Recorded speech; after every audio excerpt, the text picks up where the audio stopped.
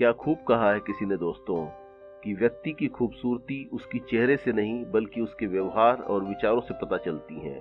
इसलिए मन की सुंदरता के सामने चेहरे की सुंदरता का कोई मोल नहीं है। नमस्कार दोस्तों, मैं शैलेंद्र एक बार फिर अपने YouTube चैनल पर आपका स्वागत करता हूं।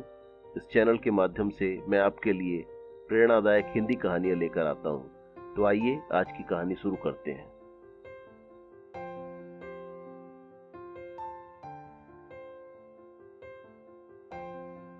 यह कहानी एक ऐसे व्यापारी की है जो अपनी एकलौती पुत्री के विवाह के लिए योग्य वर की तलाश कर रहे थे।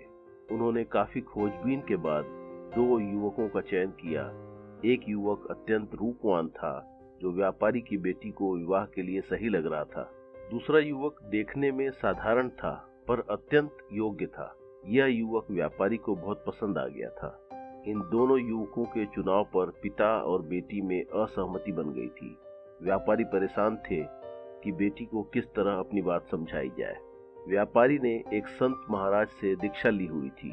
संयोग से वे पधारे हुए थे और शहर के बाहर आश्रम में ठहरे हुए थे। व्यापारी बेटी समेत उसके पास गए और अपनी सारी बात बताई। संत ने कहा कि तुम्हारी समस्या का समाधान मैं कल बताऊंगा। कल तुम दोपहर में कन्या के साथ मेरे पास आना, लेकिन तुम्हें 2 काम करने होंगे। शहर की सीमा समाप्त होते ही अपना वाहन छोड़ देना और बेटी समेत पैदल आना।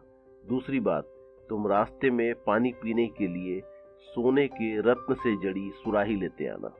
दूसरे दिन व्यापारी संत के कहे अनुसार शहर की सीमा पर वाहन छोड़कर अपनी बेटी के साथ पैदल आने लगा।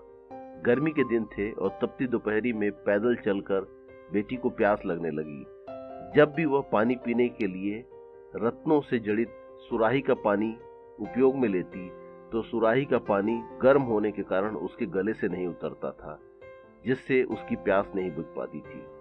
दोनों किसी तरह आश्रम पहुंचे और निढाल होकर एक तरफ पड़ गए। दोनों की ये हालत देखकर संत ने कहा, बेटी उधर देखो, एक काली मटकी रखी हुई है, उसमें शीतल जल है, जाकर अपनी प्यास बुझा लो। सेठ और उनकी बेटी लपक कर मटकी तक पहुंचे और जी भरकर ठंडा पानी पिया, हाथ मुंह धोया। अब संत ने हंसते हुए कहा, देखा बेटी, रत्नों से जड़ित सोने की सुराही कितनी सुंदर थी, पर प्यास इस काली कुरूप मटकी के शीतल जल से ही मिली।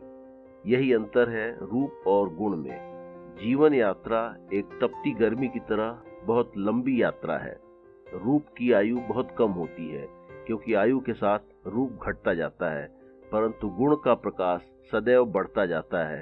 जीवन पथ पर कभी भी कष्टों का सामना किसी भी रूप में हो सकता है। उस समय इंसान के गुण काम आते हैं, रूप नहीं।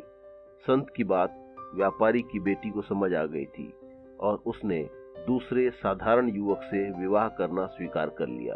तो दोस्तों, यह सच है कि जीवन में रूप के महत्व को कम नहीं आंका जा सकता, लेकिन वहीं सब कुछ नहीं होता है।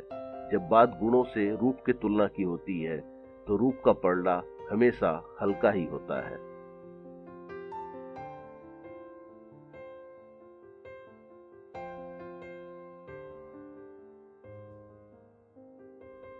दोस्तों, यह कहानी आपको कैसी लगी, अपनी राय कमेंट बॉक्स में अवश्य दीजिएगा।